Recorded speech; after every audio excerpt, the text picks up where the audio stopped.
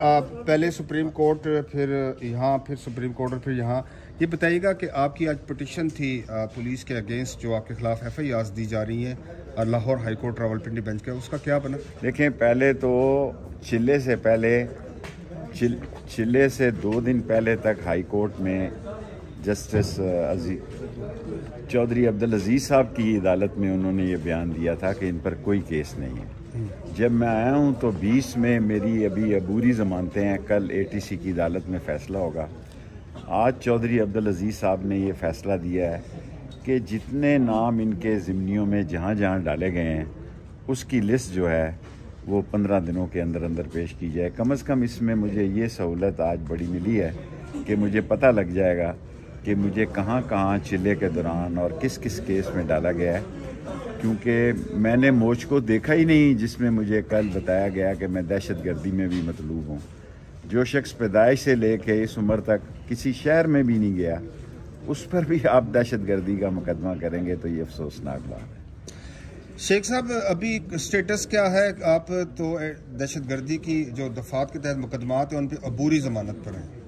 कल पता लग जाएगा जी। बुनियादी ज़मानतें तो रावलपिंडी शहर की हैं, उसमें क्या फ़ैसला आता है ATC की अदालत में। और बाकी जो कह रहे थे वोट को इज़्ज़त दो, वो भी बिलावल ने अनोखा लाडला से छीन लिया है। शेख साहब, और ये रोज़ कहते थे वोट को इज़्ज़त दो, कल एबटाबाद में उसने भी कह दिया कि मुझे भी इज़्ज़त दो और वोट भी मुझे दो। शेख साहब, आपने कहा कि आप खामोश हैं या मियाँ नवाज शरीफ तो आप बोलना शुरू हो गए। बस मैं भी अब आहिस्ता आहिस्ता बोलना शुरू हो गया हूँ। 1 जनवरी से इंशाल्लाह मैं पाकिस्तान के तमाम प्रेस क्लबों का दौरा कर रहा हूँ, क्योंकि 15 दिनों के अंदर लिस्ट आ जाएगी कि मैं कहाँ कहाँ मुझे केसेस में डाला गया है। अब प्रेस क्लब मेरे ज़मानती जो है वो देंगे, क्योंकि मैंने सारी ज़िंदगी मीडिया के साथ गुजारी है। सो अब मैं उसी प्रेस क्लब में जाऊंगा जहां मेरे पे केस होगा और जहां वो ज़मानती का इंतजाम है। आपके अगेंस्ट अपोनेंट का कहना है, छोड़ो जी, अपोनेंट वो कह रहे हैं कि आपको इलेक्शन में कंटेस्ट नहीं करने देंगे। ऐसी सूरत हाल है? अल्लाह का फैसला है कौन कंटेस्ट करता है कौन नहीं करता। कल किसने देखी है? एक दम आता है, दूसरा दम ना आए, ये अल्लाह का फैसला है। अगर इलेक्शन हो रहे हैं और इलेक्शन तक मैं बाहर हूँ या जेल में भी हूँ, मैंने 4 लोगों को अपने स्टाम्प लिख कर दे दिए हैं, जिसमें खोसा साहब भी शामिल हैं, जिसमें सरदार राज़क साहब शामिल हैं, जिसमें एतजाज़ अहसन शामिल हैं, जिसमें राजा साहब अकरम साहब के बेटे जो सलमान अकरम राजा साहब शामिल हैं और सरजील शामिल हैं। 5 आदमियों को मैंने स्टाम्प लिख कर दे दिए हैं, वकालतनामे में दस्तखत कर दिए हैं कि अगर मैं जेल जाने जाता हूं, अगर जेल से मुझे इलेक्शन लड़ना पड़ता है तो वो मेरे अटार्नी होंगे। पहले सुप्रीम कोर्ट, फिर यहाँ, फिर सुप्रीम कोर्ट और फिर यहाँ। ये बताइएगा कि आपकी आज पिटिशन थी पुलिस के अगेंस्ट, जो आपके खिलाफ FIRs दी जा रही हैं Lahore high court Rawalpindi bench का, उसका क्या बना? देखें, पहले तो चिल्ले से 2 दिन पहले तक हाई कोर्ट में जस्टिस चौधरी अब्दुल अजीज़ साहब की अदालत में उन्होंने ये बयान दिया था कि इन पर कोई केस नहीं है। जब मैं आया हूँ तो 20 में मेरी अभी अबूरी ज़मानतें हैं, कल ATC की अदालत में फ़ैसला होगा। आज चौधरी अब्दुल अजीज़ साहब ने ये फ़ैसला दिया है कि जितने नाम इनके ज़िम्नियों में जहाँ जहाँ डाले गए हैं उसकी लिस्ट जो है वो 15 दिनों के अंदर अंदर पेश की जाए। कम से कम इसमें मुझे ये सहूलत आज बड़ी मिली है कि मुझे पता लग जाएगा कि मुझे कहाँ कहाँ चिल्ले के दौरान और किस किस केस में डाला गया है, क्योंकि मैंने मोच को देखा ही नहीं जिसमें मुझे कल बताया गया कि मैं दहशतगर्दी में भी मतलूब हूँ।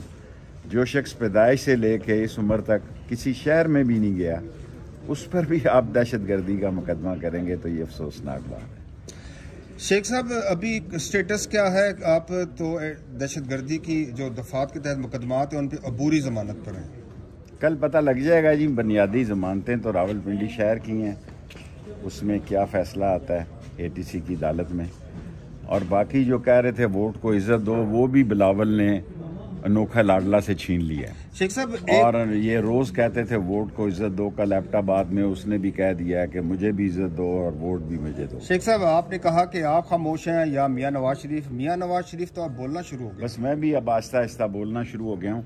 1 जनवरी से इंशाल्लाह मैं पाकिस्तान के तमाम प्रेस क्लबों का दौरा कर रहा हूँ, क्योंकि 15 दिनों के अंदर लिस्ट आ जाएगी कि मैं कहाँ कहाँ मुझे केसेस में डाला गया है अब प्रेस क्लब मेरे ज़मानती जो है वो देंगे, क्योंकि मैंने सारी ज़िंदगी मीडिया के साथ गुजारी है। सो अब मैं उसी प्रेस क्लब में जाऊंगा जहां मेरे पे केस होगा और जहां वो जमानती का इंतजाम। आपके अगेंस्ट अपोनेंट का कहना है, छोड़ो जी, अपोनेंट वो कह रहे हैं कि आपको इलेक्शन में कंटेस्ट नहीं करने देंगे। ऐसी सूरत हाल है। अल्लाह का फैसला है कौन कंटेस्ट करता है कौन नहीं करता। कल किसने देखी है, एक दम आता है दूसरा दम ना आए, ये अल्लाह का फैसला है।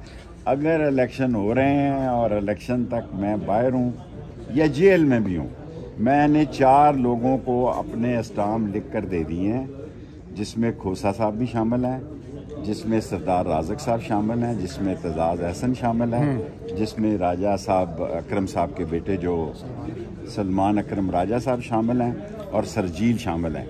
5 आदमियों को मैंने स्टाम्प लिख कर दे दिए हैं, वकालतनामे में दस्तखत कर दिए हैं कि अगर मैं जेल जाने जाता हूं, अगर जेल से मुझे इलेक्शन लड़ना पड़ता है तो वो मेरे अटार्नी होंगे।